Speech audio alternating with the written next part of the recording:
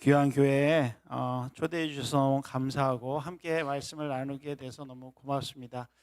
우리 김 목사님하고는 여러 해 동안 같이 교제하고 그랬는데 개척한다는 얘기 듣고 교회를 와봐야 된다 그랬는데 개척할 때 못 오고 오늘에서야 왔습니다. 오늘 함께 너희도 이같이 행하라 하라라고 하시는 하나님의 말씀 우리 함께 묵상하면서 하나님 우리에게 원하시는 것이 무엇이고 우리 교회를 향하여 원하시는 것이 무엇인지 함께 살펴보기를 원합니다. 우리 잠깐 기도하고 말씀 나누겠습니다. 하나님 감사합니다. 주님의 몸된 교회를 피로 값주고 사시고 이 땅 가운데 세워주심에 감사합니다. 이 교회를 통하여 하나님이 기뻐하시는 일들이 일어날 수 있도록 주님께서 기름 부어 주시옵소서. 오늘 이 시간도 예배하며 말씀 앞에 섭니다. 전하는 자나 듣는 자나 성령 안에서 소통케 하시고 주님의 음성에 귀 기울이는 귀한 복된 시간 되게 하여 주시옵소서. 감사하며 예수님의 이름으로 기도드립니다. 아멘. 오늘 보신 말씀은 여러분 잘 아시는 말씀입니다. 예수님께서 세족식을 행하신 장면을 설명해 주고 있는 본문이죠. 요한복음만 특별히 이 세족식을 기록하고 있고요. 마태, 마가, 누가복음에서는 이 세족식이 기록되어 있지 않다라고 하는 것이 좀 특이한 상황입니다. 그렇다면 요한복음 뭐 때문에 이 중요한 세족식을 꼭 굳이 성만찬도 안 기록하면서 이 세족식을 기록하고 있는 것일까요? 아마 요한복음 13장 전체를 읽어보면 하나님의 뜻 그리고 예수님께서 행하셨던 그 세족식의 의미 그리고 사도 요한이 그 세족식을 굳이 요한복음 13장에 기록한 이유를 발견하게 될 텐데 오늘 저는 설교 제목 이렇게 정했어요. 너희도 이같이 하라라고. 그럼 뭘 하라는 걸까라고 했을 때 답부터 한번 살펴보면 이 답이 어디 나왔냐면 오늘 읽지는 않았지만 13장 1절에 나와요. 우리 성경 가지고 계신 분들 요한복음 13장 1절 한번 보시기 바랍니다. 요한복음 13장 1절 보면 이렇게 돼 있어요. 함께 읽겠습니다. 시작. 유월절 전에 예수께서 자기가 세상을 떠나 아버지께로 돌아가실 때가 이른 줄 아시고 세상에 있는 자기 사람들을 사랑하시되 끝까지 사랑하시니라. 아멘. 네, 이같이 하라라고 하셨을 때 예수님이 보여주시고 싶으셨던 이가치의 핵심이 뭐냐? 사랑하라라는 겁니다. 그래서 요한복음 13장은요 후반부에 가면은 예수님께서 세 계명을 주세요. 31절서부터 35절까지 세 계명을 주세요. 서로 사랑하라라고 하는 계명을 주시는데 이 서로 사랑하라, 특별히 끝까지 사랑하는 것이 무엇인지에 대해서 오늘 세족식 사건을 통해서 우리에게 선포하고 계신다라는 사실입니다. 그래서 저는 이 세족식의 사건을 보면서 이런 질문을 좀 던지면서 우리가 함께 말씀을 묵상해 봤으면 좋겠어요. 우리가 만들어 가야 되는 교회, 그런 교회는 어떤 공동체가 되어야 될까라고 하는, 나는 그런 교회 속에서 어떤 구성원으로 살아가야 될까라고 하는 거예요. 그런 과정에서 끝까지 사랑하는 것이 무엇인지 우리가 한번 살펴보았으면 하는 생각이 있습니다. 그것을 위해서 예수님께서 어떻게 끝까지 사랑하셨는지 그분의 정체성을 좀 살펴보고요. 그리고 그분이 사용하셨던 방법들이 무엇이 있었는지 살펴보고 우리 교회가 고독 더 사랑교회가 어떤 모습으로 어떻게 결단하고 하나님 앞에 나아가야 될 것인지에 대해서 함께 말씀을 묵상해 보기를 원합니다. 먼저 예수님의 그 정체성, 끝까지 사랑하셨던 예수님의 그 모습이 무엇인가에 대해서 한번 살펴보기를 원하는데요. 그것을 위해서 우리가 좀 봐야 되는 것은 뭐냐면 예수님의 발 씻기심이에요. 예수님께서 이제 세족식을 행하셨어요. 여러분 본문 오늘 가지고 계신 성경 읽지는 않았지만 4절하고 5절을 한번 같이 읽어볼까요? 예수님의 발 씻기심 시작. 저녁 잡수던 자리에서 일어나 겉옷을 벗고 수건을 가져다 허리에 두르시고 이에 대야에 물을 떠서 제자들의 발을 씻기시고 그 두르신 수건으로 닦기를 시작하여. 이게 이제 예수님이 세족식 하신 모습이에요. 이 예수님이 세족식 하신 이 모습, 이 모습은 사실 오늘 본문 4절에서 저녁 잡수시던 자리에서 행해야 될 것은 아니었어요. 세족식은 언제 해야 될까요? 발 씻는 거. 이거는 집에 들어올 때 해야 되는 거예요. 근데 안타깝게도 예수님께서 저녁 식사 자리를 예약하실 때 제자들에게 그렇게 얘기하셨거든요. 매번 야, 길 가다가 사람 만날 텐데 우리 주인께서 식사 자리가 필요하시다. 그러면 그 사람이 인도하는 대로 가서 그 집에서 우리가 식사하면 될 거야. 늘 그러셨어요. 특별히 성만찬 할 때도 그렇게 하셨고 이 세족식 할 때도 그랬던 것 같아요. 그러면 보통은 누가 발 씻을 것을 준비해 줘야 되냐면은 집주인이 준비해 줘야 되는 일입니다. 왜 그러냐면 이 발을 씻는다라는 것은 여러분 잘 알겠지만 그 팔레스타인 지역이 먼지가 많고요. 샌들을 신고 다니기 때문에 발이 쉽게 더러워지게 됩니다. 그래서 실내에 들어갈 때는 당연히 발을 씻겨주고 그 발 씻김을 받은 사람이 식사 자리에 들어갈 수 있게 되는 거죠. 그런데 안타깝게도 오늘 본문은 그들이 발을 씻지 않고 식사 자리에 들어갔다라는 것을 볼 수 있어요. 두 번째 안타까운 것은 무슨 일이냐? 이 발 씻기는 일, 누구의 발을 씻어주는 이 일은 아무에게나 허용된 일이 아니에요. 그렇다라고 하면 되게 고급스러운 일이라고 생각하실 오해가 있는데 이 일은 가장 비천한 일, 가장 꺼리끼는 일이에요. 왜냐하면 유대 관습에 있어서는 이것은 유대인으로서 종이 된 사람에게는 발 씻기는 일도 안 시켰어요. 쉬운 말로 얘기하면 여러분 집에서 음식물 쓰레기 누가 갖다 버려요? 자기가? 저는 제가 갖다 버려요. 이 음식물 쓰레기를 제 아내가 아들한테는 안 시키더라고요. 저한테는 시켜요. 왜 아들은 안 시킬까? 그러면 제 아내가 그래요. 당신은 엄마가 없잖아. 자기 아들인데 어떻게 그런 음식물 쓰레기를 버리게 하냐는 거죠. 이처럼 발을 씻겨주는 일은 유대인 종에게는 안 시키는 일이에요. 그럼 누가 하는 거냐? 이방인 종. 정말 타국에서 끌려와서 팔린 종에 의해서 하는 아주 비천한 일이에요. 그리고 이 이방인 종이 어쩔 수 없이 하고 싶어서 하는 일이 아니라 해야만 하기 때문에 하는 일이 바로 이 발 씻기는 일이에요. 그렇기 때문에 오늘 본문은 그거를 그림 언어로 정확하게 보여주고 있어요. 그림 언어로. 여러분 읽으시면서 캐치하셨을 수 있는데요. 잡수시던 자리에서 일어나 겉옷을 벗고라고 되어 있어요. 여러분 옷은 누가 입습니까? 주인이 입는 겁니다. 특별히 종은 겉옷도 못 입을 뿐만 아니라 가장 최소한의 가리게만 하는 그런 거예요. 여러분 이제 영화 같은 거 고대 영화 보면 그런 거를 많이 보실 수 있잖아요. 저렇게까지 벗고 다녀야 되나 할 정도로. 근데 그게 이제 종의 신분이라는 거예요. 그래서 이 어떻게 하셨냐? 자기가 입던 겉옷을 벗으시고 그리고 그다음에 어떻게 하셨냐? 수건을 가져다가 허리에 차셨다라고 되어 있어요. 그리고 나서 더 신기한 건 뭐냐? 대야의 물을 본인이 직접 떠서 발을 씻겨주셨다라는 거예요. 이게 뭘 의미하는 거죠? 어쩔 수 없이 종이 해야 되는 일이라는 거예요. 만약 주인이 발을 씻겨주는 흉내만 냈다면 어땠을까요? 물 떠와? 그러죠. 이걸 왜 아냐? 우리가 이제 보통 교회에서 세족식을 하면 누가 누구를 세족식하죠?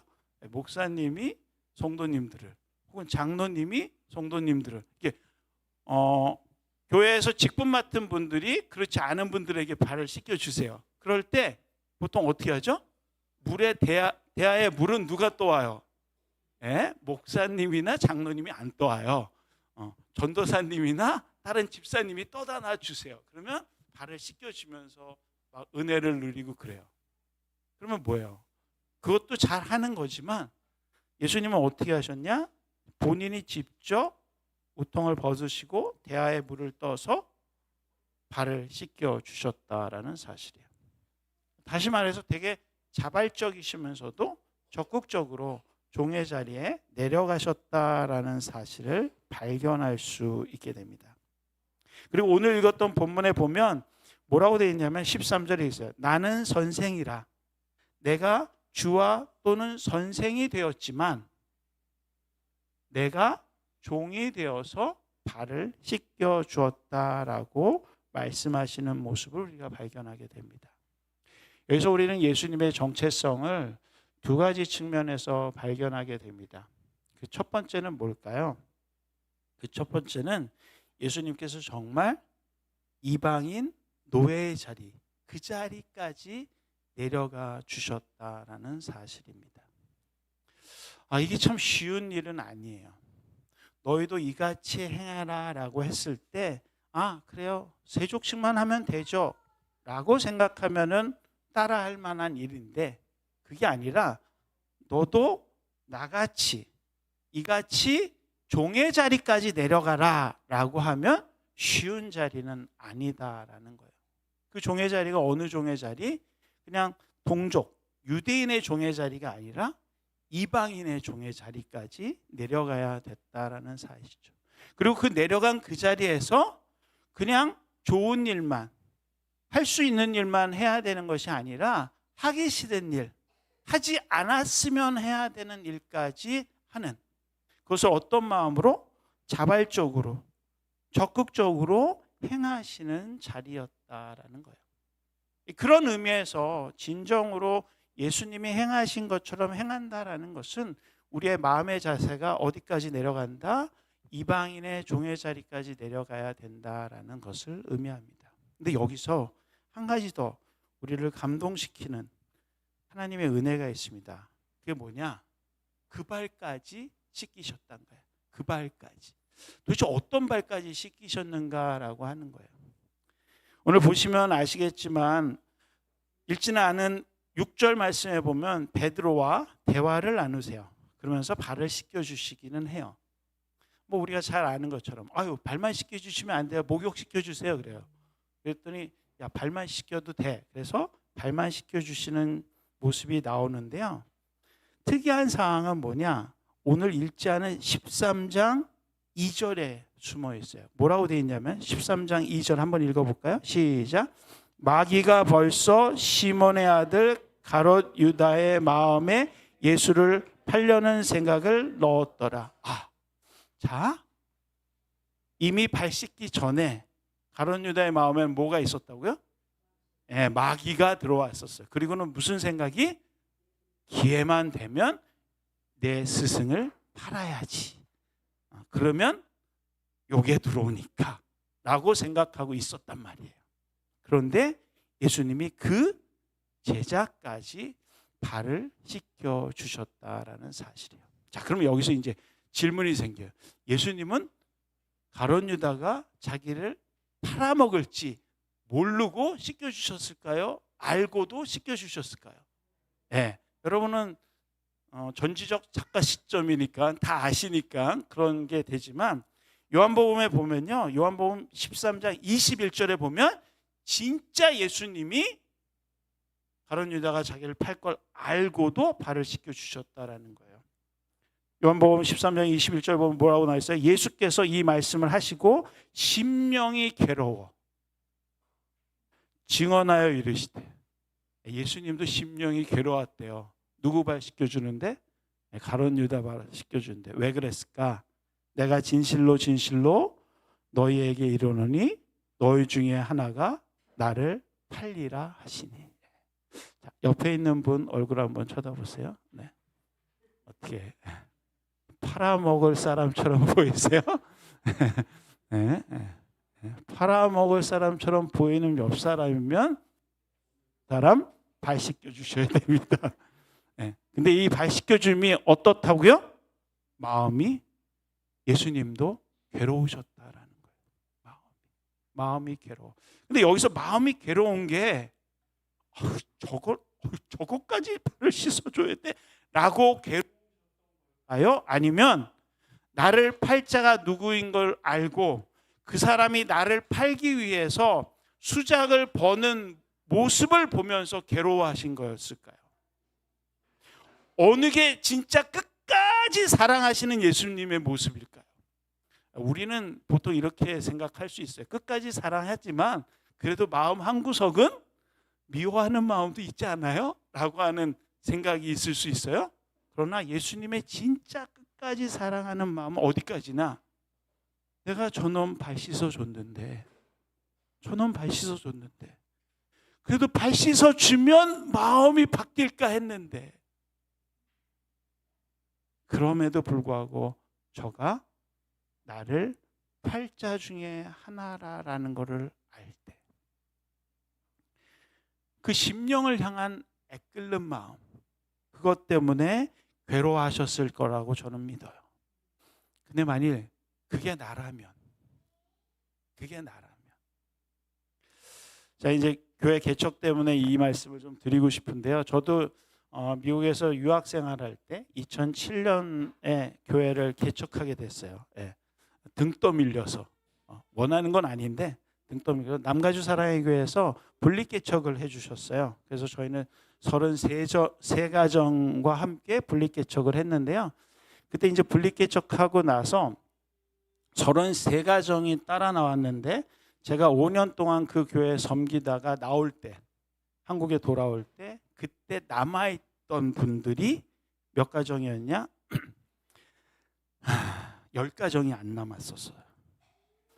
거기에다가 제가 지난 7월에 집회를 해달라고 해서 그 교회를 가서 주일날 말씀을 집회를 하러 갔는데 그때 분립개척할 때 나와서 지금까지 계시면서 장로님이 되신 분이 세 분이 남아 계셨고 한 분은 그냥 집사님이신데 아직 안수 안 받으시고 그냥 남아 계시고 그래서 제가 보니까 그때 따라 나오셨던 분 중에 4가정이 아직도 계시더라고요. 19년 됐는데 내년이 20주년인데 그때 제가 이제 개척하고 이렇게 분립 개척하면서 첫 해, 2해, 3해 이렇게 지나가면서 같이 따라 나오셨던 분들이 다시 모교회로 돌아가시기도 하고 다른 교회로 돌아가시기도 하셨어요. 그때 목회자 심정에 떠나는 분 보면 어떤 마음이 드는 줄 아세요?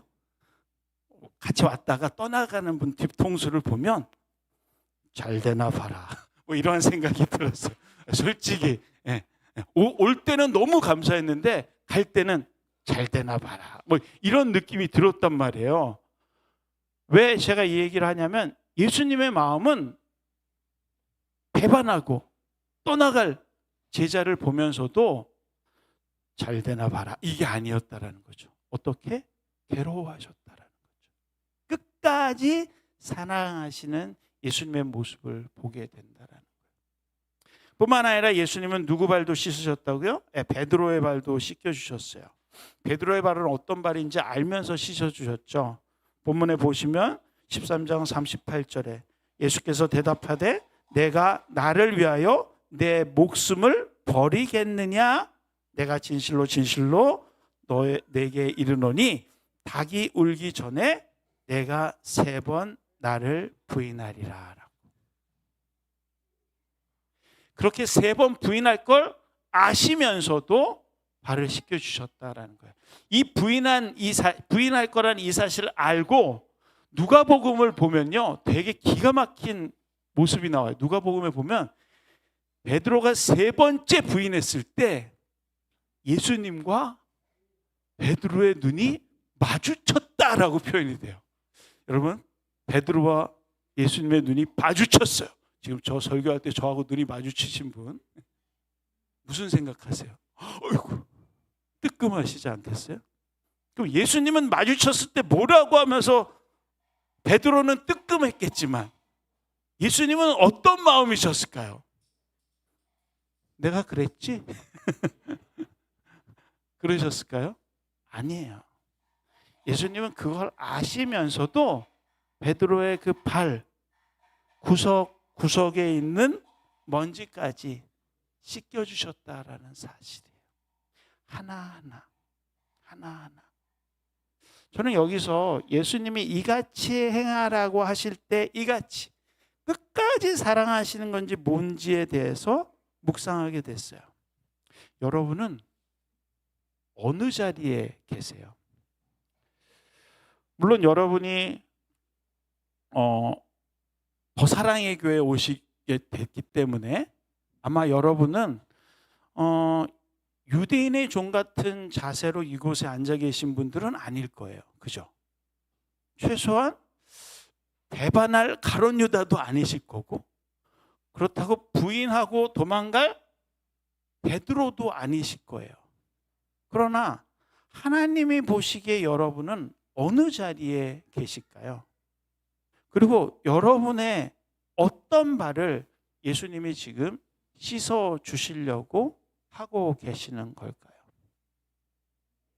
많은 사람들은 그리스도인으로 살아가고 또 심지어는 조그마한 교회를 섬기면서 기쁨이 없을 때도 있고 낙심할 때도 있고 좌절할 때도 있어요. 그런데 그럴 때 예수님께서는 그 마음을 아시고 나보다 더 괴로워하시고 나보다 더 뜨끔해하시면서 우리의 발을 씻어주고 계신다라는 사실이에요. 근데 한 가지 안타까운 거는 그리스도인들이 이 사실을 알지만 기쁘지는 않아요. 그죠?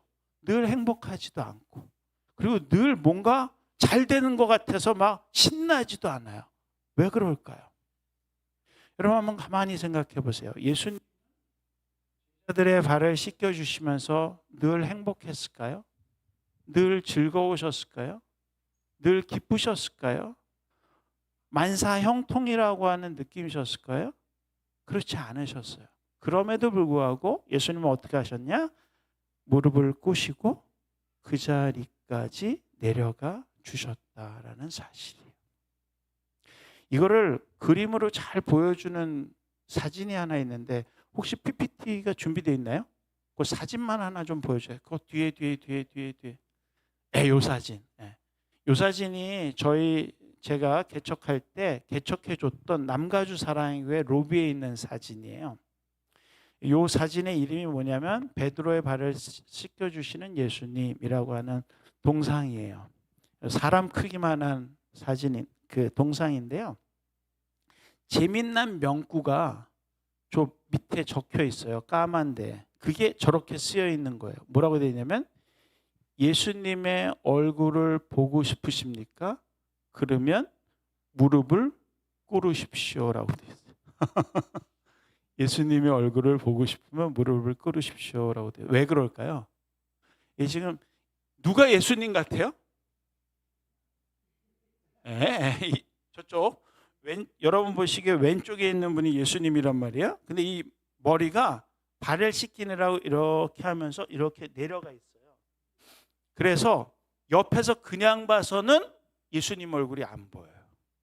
그래서 예수님의 얼굴을 보기 위해서는 반드시 저 팔 앞쪽에 가서 이렇게 무릎을 꿇고 뭐지? 이러고 봐야지 얼굴을 볼 수 있어요. 저도 얼굴을 봤어요. 평범한 얼굴이에요. 뭐 특별한 얼굴은 아니에요. 근데 한 가지 중요한 게 있어요. 우리가 예수님처럼 발 씻기는 자리에 설 수는 있어요. 저렇게. 근데 성도들이 발 씻기는 자리에 섰음에도 불구하고 늘 행복하지 못하고 늘 즐겁지 못하고 헌심했음에도 불구하고 그 열매가 모자하고 의문하는 이유는 뭐냐? 우리가 발 씻김의 자리에서 발 씻음 받는 은혜의 자리에만 있기 때문에 그래요. 은혜의 자리에만 있으니까 발 씻기는 것만 당하면서 야, 이래서 좋구나. 내가 비록 가룟 유다지만 내 발도 씻겨주시네.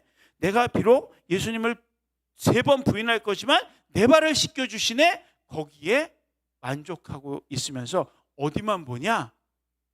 예수 그리스도의 정수리만 보는 거예요. 예수 그리스도의 정수리만. 그러니까 예수 그리스도의 정수리만 보며 발 씻김의 은혜만 누리기 때문에 성도가 참된 성도의 삶을 살아갈 수 없게 되는 거죠. 참된 성도의 삶은 뭐냐? 예수 그리스도의 얼굴을 대면하는 거예요. 그분의 얼굴. 여러분 한번 상상해 보세요. 가룟 유다의 발을 씻기시면서도 그분의 얼굴에는 뭐가 있었을까? 심히 괴로워하셨다라는 그 예수님의 그 마음은 왜 괴로우셨을까를 내가 예수님처럼 똑같이 그런 발 씻김을 안 하면, 무릎 꿇음이 없으면 절대 참된 은혜의 경험을 할 수 없다라는 거예요. 내게 배반할 사람이 누군지 알아요. 그러나 내가 베드로처럼 발 씻김만 당하면 그냥 발 씻김만 당하는 예수님과 관련이 있는 사람에서 머물 수밖에 없다라는 거죠. 그런데 예수님처럼 발을 씻김을 당하는 것이 아니라 발 씻기는 자리까지 무릎을 꿇으면 나도 나를 배반하는 사람을 향하여 또 다른 사랑의 눈빛, 끝까지 사랑하는 눈빛을. 그래서 예수님은 요한복음 21장에 가면 그 베드로를 다시 찾아가 주신다라는 사실입니다. 그래서 여러분에게 이런 도전의 말씀을 드리고 싶습니다. 여러분, 우리는 예수 그리스도로 인하여 발 씻김을 받은 은혜를 누린 자입니다. 근데 여기서 머물지 마시고 예수님처럼 무릎 꿇음으로 발 씻기는 자리에 나아가시는 주의 복된 성도들 되시기를 주님의 이름으로 축원합니다. 그런 성도가 될 때 우리 안에 복음이 나타나기 시작한다라는 사실이에요. 그렇게 발 씻기는 이들이 하나 둘씩 일어날 때 우리 가운데 하나님의 놀라운 역사가 일어나게 된다는 거죠. 내가 누군가의 발을 씻겨줄 때. 그랬더니 이제 목사님이 그러실 수 있죠. 자, 그럼 우리는 매주 발 씻는 일만 하겠습니다. 우리 더 사랑교회는 고독 더 사랑교회는 발 씻지 말고 오세요. 제가 발 씻겨 드리겠습니다. 그리고 다른 사람이 또 다른 사람 발을 씻고. 그래서 이제 일부 예배 9시 때 발 씻겨주고 11시 예배 때 발 씻겨주고 이제 발만 씻겨주면 되겠죠? 그러나 예수님의 사역이 발만 씻겨주시는 사역은 아니었다라는 사실이에요. 어떻게 예수님은 더 사랑하라고 하는 발 씻김을 행하셨을까? 그것을 우리가 잘 알 수 있는 예수님의 사역의 방법을 볼 수 있는 게 마태복음 9장 34절 말씀인데요. 마태복음 9장 34절 말씀 한번 성경책 가지고 계신 분 한번 찾아보시면 마태복음 9장 34절 말씀입니다. 함께 같이 읽어볼까요? 시작. 예수께서 모든 도시와 마을에 두루 다니사 그들의 회당에서 가르치시며 천국 복음을 전파하시며 모든 병과 모든 악한 것을 고치시니라. 네, 예수님께서 무슨 일을 하셨냐면요, 하나님의 말씀을 가르치시는 일과 그리고 복음을 전파하시는 일과 그 다음에 병든 자를 고쳐주시는 일을 하셨어요. 그래서 예수님의 주요 사역은 뭐였냐? 세 가지가 있는데 teaching, 가르치는 일과 그 다음에 preaching, 복음 전파하는 일과 힐링, 아픈 자들을 고치시는 일, 이 세 가지를 하셨다라는 사실이에요. 예수님은 이것을 하기 위해서 정말 최고의 모범을 보여주셨어요. 어떻게 하셨냐? 티칭을 위해서는 가장 쉽게, 가장 알기 쉽게 주의 복음을 가르쳐 주셨다는, 하나님의 말씀을 가르쳐 주셨다. 그래서 사람들이 뭐라고 했냐면 저가 가르치는 것은 다른 이들과 다르다라고 얘기했다라는 거죠. 우리는 말씀을 전하면서 한번 생각해 봤어요. 과연 우리 교회 안에서는 이런 가르치는 일들이 정말 온전하게 예수님이 행하셨던 것처럼 이루어지고 있는가를 보라는 거죠. 아는 거를 모르게 가르치지는 않으시잖아요. 모르는 거를 알게 가르치는 그런 일들. 그래서 예전에 교육학에서 이런 말이 있어요. 뭐라고 얘기하냐면 뭘 가르칠 때 어느 수준으로 가르치는 게 가장 적절하냐라고 했으면 일반적으로는 이렇게 얘기하더라고요. 시장에서 콩나물을 파시는 아주머니가 들어도 충분히 이해할 수 있는 수준으로 가르치라라고. 그러면 여기서 이제 시장에서 콩나물을 파는 아주머니를 하대해서 얘기하는 것이 아니라 그분이 살고 있는 삶의 정황에서 쓰고 있는 단어 수준, 그분이 교육받은 교육 수준, 그분의 삶에서 익숙하게 알고 있는 개념으로 무엇을 가르치라? 하나님의 나라에 대해서 가르쳐야 된다라는 사실이에요. 그거에 맞게 교육이 일어나야 되고 그거에 맞게 훈련이 일어나야 된다라는 사실이에요. 그래서 예수님은 누구를 제자로 선택하셔서 훈련하셨어요? 고위 관리를 선택하셔서 훈련하신 것도 아니고 유능한 사람을 선택해서 훈련하신 것도 아니라 우리가 일상에서 보는 평범한 사람들, 그죠? 어부들, 뭐 세리들, 심지어는 이름도 가문도 대단한 것도 없는 평범한 사람들을 데려다가 너무나 쉽게 하나님 나라가 어떤 건지, 제자도가 무엇인지 그런 것들을 가르쳐 주셨다라는 것을. 교회를 10년 다니고 20년 다니고 30년 다니고 길게 다니는 게 중요한 게 아니라 교회를 다니면서 하나님의 뜻이 뭐예요? 라고 했을 때 하나님의 뜻은 내가 성경을 읽고 말씀을 묵상하고 하나님 앞에 기도하면서 이것이 하나님의 뜻이라고 발견했어 라고 말할 수 있는 사람, 그 사람이 진짜 성숙한 그리스도인이라. 예수님이 몇 년 공생애를 하셨죠? 딱 3년밖에 공생애를 안 하셨어요. 근데 그 3년 동안 예수님은 가장 쉽게 하나님의 나라를 가르쳐 주셨다라는 사실입니다. 바라기는 우리 고독 더 사랑 교회 안에서 더 많은 가르침이 일어나기를 주님의 이름으로 소원합니다. 그리고 그 가르침 안에 쉬운 가르침. 그래서 여기 지금 우리 꼬마 애들이 좀 앉아 있거든요. 저는 이제 기대하기는 쟤네들이 제 설교를 듣고 이해를 해야 돼요. 쟤네들이 제 설교를 듣고 웃어야 돼요. 안 웃으면 제가 잘못 가르치고 있는 거예요.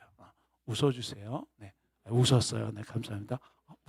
네, 웃었어요. 네, 뭔 얘기인지 모르는데 지금 웃는 타임이라는 걸 알고 웃잖아요. 네. 이게 교회가 작아서 어린아이서부터 어른까지 함께 예배드리는 게 어쩔 수 없이 그러는 게 아니에요. 개혁교회 원래 교육 폼 자체가요, 어린아이서부터 어른까지 함께 예배드려요. 그 안에 정말 쉬운 하나님의 말씀이 가르쳐질 때 은혜가 일어나는 줄 믿으시기 바랍니다. 그렇게 예수님처럼 가르치는 일을 할 때 복음의 역사가 나타나게 되는 것입니다. 뿐만 아니라 두 번째는요, 예수님께서는 복음을 선포하셨어요. 하나님 나라가 가까웠다라고 얘기하셨고, 너희도 하나님 나라를 믿어야 된다라고 말씀하셨고, 너희도 그 하나님 나라에 들어가야 된다라고 선포하셨어요. 복음은 다른 것이 아니라 내가 아버지께로부터 보내심을 받은 자임을 믿고 그 믿음으로 인하여 영생을 누리는 것이 복음이다라고 선포하셨어요.